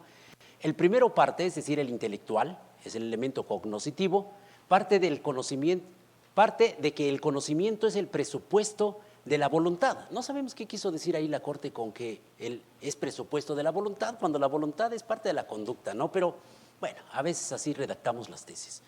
Es presupuesto de la voluntad, toda vez que no puede quererse lo que no se conoce. Por lo que para establecer que el sujeto activo quería o aceptaba la realización de un hecho previsto como delito, es necesaria la constancia de la existencia de un conocimiento previo. Esto es, el sujeto activo debe saber qué es lo que hace y conocer los elementos que caracterizan su acción como típica, de manera que ese conocimiento gira en torno a los elementos objetivos y normativos del tipo, no así respecto de los subjetivos. De todo lo que hemos dicho, lo que vale mucho la pena de la tesis es que el conocimiento gira en torno a los elementos normativos y objetivos y no así de los subjetivos. Lo demás, vean ustedes cómo nos va envolviendo en palabras, y en realidad no nos dice nada. Por otro lado, el elemento volutivo supone la existencia del dolo que requiere no solo el conocimiento de los elementos, sino también querer realizarlos. Vean aquí, el elemento volutivo supone que la existencia del dolo requiere no solo el conocimiento de los elementos objetivos, es decir, el elemento volutivo también implica el elemento cognoscitivo, como que ahí se les fue a la Corte en la redacción, porque entonces ya el elemento volutivo implica el elemento cognoscitivo, ¿no? Es por ello que la dirección del sujeto activo hacia la consecución del resultado típico sirve para determinar la existencia del dolo.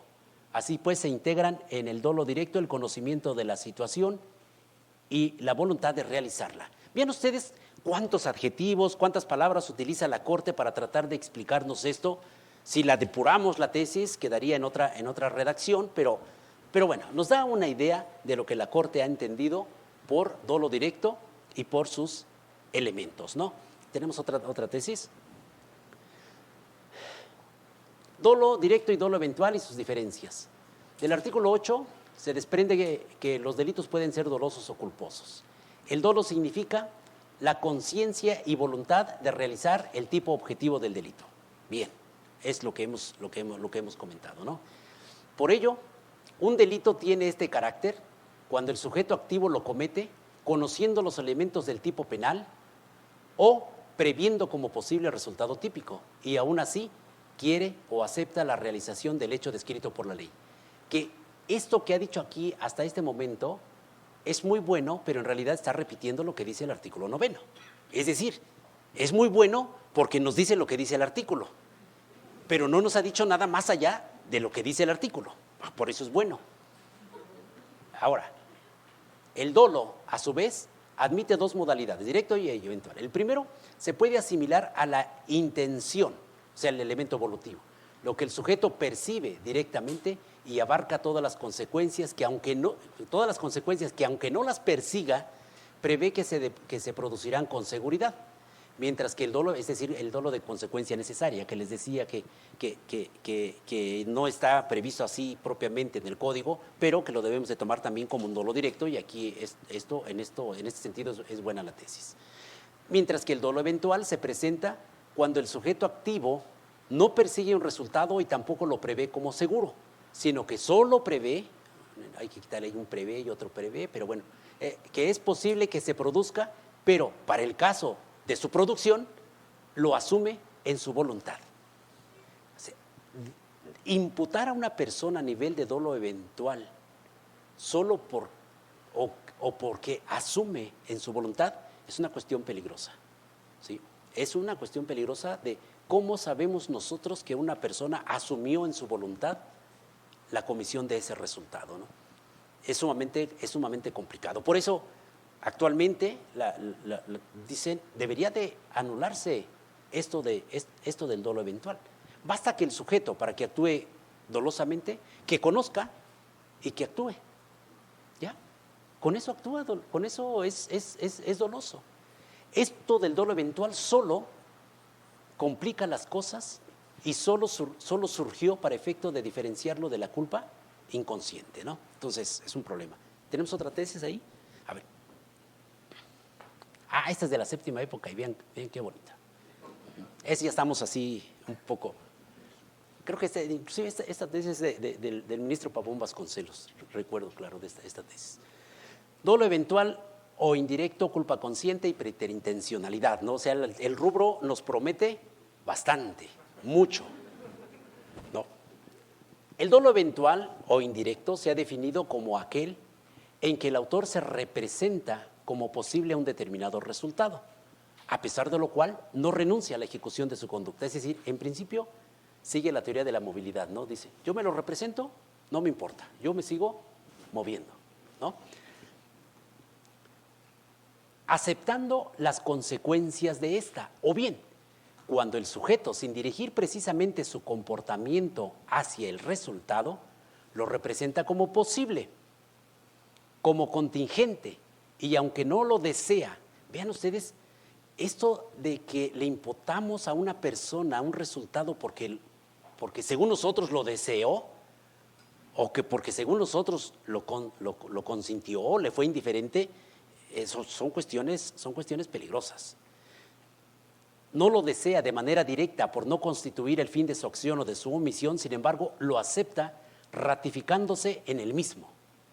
Es dentro de este marco donde la hipótesis de la ruleta rusa invertida, bueno, ahí es el caso concreto que definió la Corte, encuentra su perfecta adecuación, pues no cabe duda de que al haber el activo tomado su pistola, dejando una bala en el cilindro al que le dio vuelta para luego apuntar hacia su compañero, según ambos lo habían acordado, y dispararle, en su mente se representaba la posibilidad de que el hoyo occiso podría resultar lesionado o muerto, como en efecto aconteció, sin que a pesar de ello desistiera de su comportamiento. Que aquí, bueno, vamos, quien juega la ruleta rusa, no sé si sea dolo eventual, es dolo directo. O sea, si sale la bala, pues es porque no es que me haya representado que a lo mejor ocurriría o que lo deseo. Pues eso es lo mismo prácticamente que estarse suicidando, ¿no? Es innegable que el resultado no lo deseaba. A ver, díganme ustedes, quien juega la ruleta rusa no desea el resultado. Pues es imposible que no lo deseen, ¿no? Bueno, que el resultado no lo deseaba, pero lo aceptó. E incluso podríamos atrevernos a pensar, ahí está una frase peligrosísima. Podríamos atrevernos, bueno, vamos a atrevernos a pensar que en lo íntimo de su mente hasta lo deseó, porque de no haber acontecido el hecho en la forma en que se desarrolló, hubiera podido ser de manera inversa. No, pues claro, no hay más. Y el resultado, lesionado o muerto el inculpado, hipótesis que definitivamente no deseaba otra vez, ¿no? Pero cuya realización era factible, porque como se desenvolvía el juego de la ruleta rusa invertido, ¿ustedes saben cómo es la ruleta rusa invertida? Bueno, sé que la ruleta rusa es, le pones un solo tiro y le das vuelta y ahí se van disparando, ¿no? Pero si es invertida, que le dispara uno al otro, yo creo, ¿verdad? En vez de uno mismo, ¿no? Ya, hasta ahorita. Era inevitable que cualquiera de los dos participantes fuera dañado. No es factible ubicar el presente caso en el ámbito de la culpa consciente. No, pues no, es claro que no. Pues en esta no hay voluntad respecto al resultado que se presenta, el cual no se quiere ni se acepta. Entonces, vean ustedes aquí la línea que divide la culpa consciente con el dolo eventual es chiquitita, porque acá se desea y acá no se quiere ni se acepta. Estamos en un campo muy corto, a diferencia del dolo eventual, en el que existe la aceptación del actuar doloso en cualquiera de las formas que concurra, de acuerdo a las diversas clasificaciones de doctrina. El homicidio preterintencional se caracteriza por un resultado consciente en la muerte que se previó con la esperanza de que no se realizaría o que no siendo previsto haya sido previsible, actuando el activo solo con ánimos dañandi. De hecho, aquí se da un concepto de preterintencionalidad diferente a lo que el código estableció. Recuerden que la preterintención es iniciar con una conducta imprudente y que se causa después algo más grave a lo que uno quería, ¿no? Pero bueno, por tanto, el actuar del acusado no se ajustó a tales exigencias, porque la preterintencionalidad requiere que al inicio se obre de manera dolosa, en tanto que la conducta desplegada por el activo sea dirigida a causar un daño al pasivo, esto es, que deseara ser lesionado. Sin embargo, en la segunda fase, a virtud de la concurrencia de la culpa, se logra un resultado típico muerte que sobrepasa al inicialmente querido. Lo que quiero con esta tesis y con las que les he mencionado es que vean ustedes cómo decidimos cuándo una persona actúa dolosamente. Cuando lo desea, cuando lo quiere, cuando lo es indiferente. Con toda esta terminología es como nosotros llegamos a imponer de una pena imprudente que va de 3 días a 6 años a una pena que va de 10 años a 40 años, por ejemplo, ¿no? Utilizando palabras que no reflejan en ocasiones cuestiones normativas, cuestiones valorativas respecto del actuar, sino que simplemente es que lo quiso, es que lo aceptó. Por eso Jacob se queja de esto y dice, esto es una barbarie, o sea, ya deberíamos de pasar a otro mundo, ¿no? Bueno. Sí. Bueno, nos regresamos. Entonces estamos y decíamos que el elemento volutivo es si se quiere, si no se quiere, si se acepta, y tendríamos dolo eventual o dolo directo. Así lo reconoce el artículo 8º y el artículo 9º del Código Penal Federal. El elemento cognoscitivo implica conocer o prever como posible. Si es prever como posible, se supone que estamos en el dolo eventual. Pero ¿qué conocemos o qué debemos prever como posible? El tipo objetivo.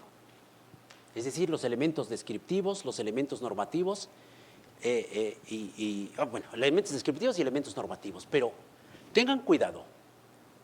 Cuando nosotros hablamos del elemento cognoscitivo como parte del dolo, no lo hacemos de una manera igual respecto de los elementos descriptivos que respecto de los elementos normativos. ¿Sí? ¿Por qué? Porque respecto de los elementos descriptivos, el sujeto activo debe de conocer esos elementos en forma actual. Es decir, todos aquellos elementos descriptivos, él debe de saber en ese momento en que está actuando que él es servidor público, que él es, perdón, es que es elemento normativo, que él está tomando un arma, que un arma de fuego puede dañar a otra persona si la dispara. Y si la dispara, pues en ese momento está sabiendo que la dispara y que con eso va a dañar. ¿Sí? Es un conocimiento actual, no es un conocimiento potencial. Pero, ojo, si el conocimiento que el sujeto activo debe de tener del tipo objetivo respecto de los elementos normativos no es lo mismo que de los elementos descriptivos. De los elementos descriptivos debe de tener una percepción sensorial de ellos y en cambio respecto de los normativos debe de tener una percepción intelectual paralelo en la esfera del profano. Ahí dice Lepo, del profano, le cambiamos para en la esfera del profano. Es decir, una persona debe de saber que está, por ejemplo, falsificando un documento. Quizá el que está falsificando no sepa un concepto jurídico de documento, pero sí tiene conciencia de que en ese momento está alterando el contenido de algo que es un documento, aunque no sepa propiamente un concepto jurídico de documento. Se está apoderando de una cosa que sabe que no es de él, aunque no sepa lo que civilmente debe entenderse por ajeneidad. Entonces, el conocimiento de los elementos normativos es un conocimiento paralelo a la esfera del profano, es decir, a la esfera de quien en sociedad se mueve y sabe lo que es un documento, sabe lo que es una cosa ajena, aunque no tenga un concepto jurídico de lo que ella implica o un concepto cultural, ¿sí? Cuando una persona tira la barda de su casa y esa barda, esa fachada estaba catalogada como histórica y daña dolosamente y dice, sé que el otro día vino el Instituto Nacional de Antropología e Historia, ¿no? Y lo clasificó, pues no me importa, yo lo tiro porque es de mi propiedad, ¿no? Y lo tira, él sabe que ese inmueble estaba catalogado como cultural. Si nosotros le preguntamos, bueno, a ver, ¿y qué entiendes tú por cultural? No, bueno, no nos va a dar un conocimiento jurídico o exacto de lo que es un elemento cultural, pero sí tiene una conciencia paralelo a lo que todos conocemos y podemos decir es que eso estaba catalogado como cultural, ¿sí? Entonces, la manera de conocer es diferente entre un elemento descriptivo y un elemento normativo. Y ahora, el resultado.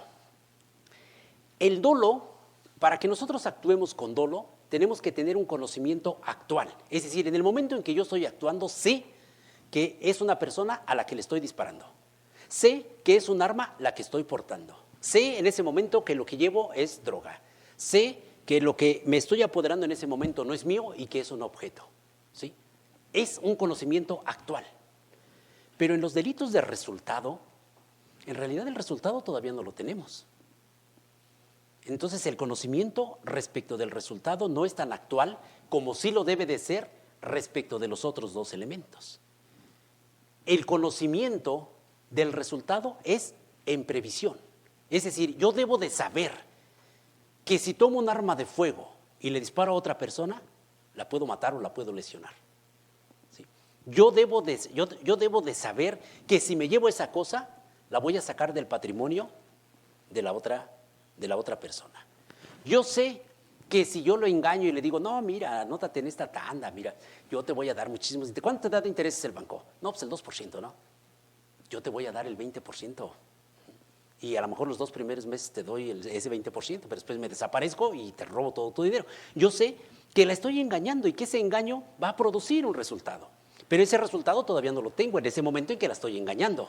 Entonces, el resultado es un conocimiento no actual, pero sí debemos de, con una previsión de que va a ocurrir.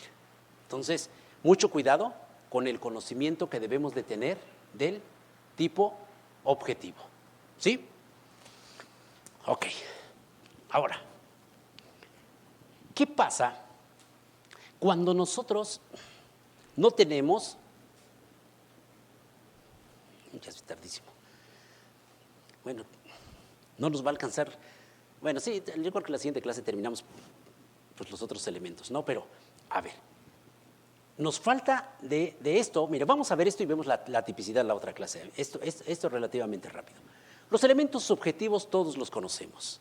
Hay elementos específicos, subjetivos en los tipos penales, que el que con el propósito de hacer esto, el que teniendo la intención de esto otro, a todo eso se le llaman subjetividades específicas, pero tienen que estar requeridas por el tipo penal.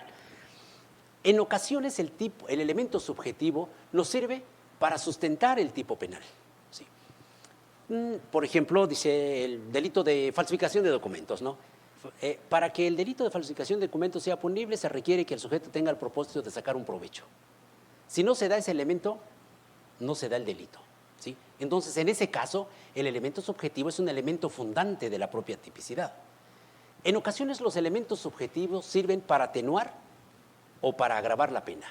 Privo de la libertad a alguien con el propósito de pedir rescate, es una supercalificativa respecto de la privación de la libertad. ¿Sí?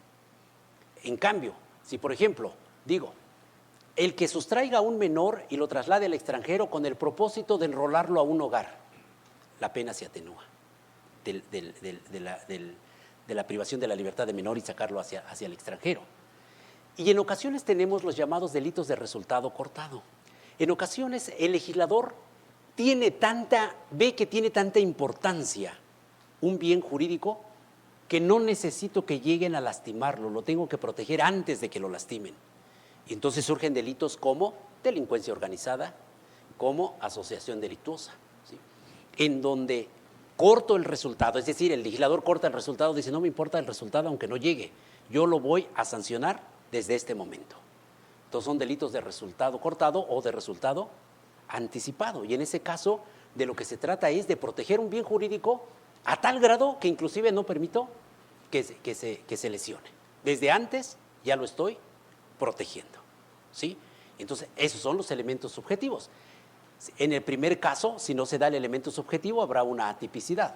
En el segundo caso, si no se da, pues lo normal es que se dé el tipo básico del cual está surgiendo. Y en el último, en el delito de resultado cortado, si no se da el elemento subjetivo, tampoco se dará el delito. Habrá una tipicidad lisa y llana. ¿Sí? ¿Qué nos falta? Nos falta analizar la imprudencia y nos falta analizar la tipicidad del dolo y de la imprudencia. Y con ello ya pasar propiamente a los otros elementos, ¿no? Esperemos que pues, le damos hasta donde nos dé el tiempo la siguiente clase, no sé hasta dónde lleguemos, pero nuevamente, todo esto no es otra cosa que reflexionen la importancia de la dogmática jurídico-penal. Que no todo es, pon la primera gráfica, la primeritita, que en derecho penal sustantivo no todo es, no, más adelante, ahí, no todo es esta grafiquita simple.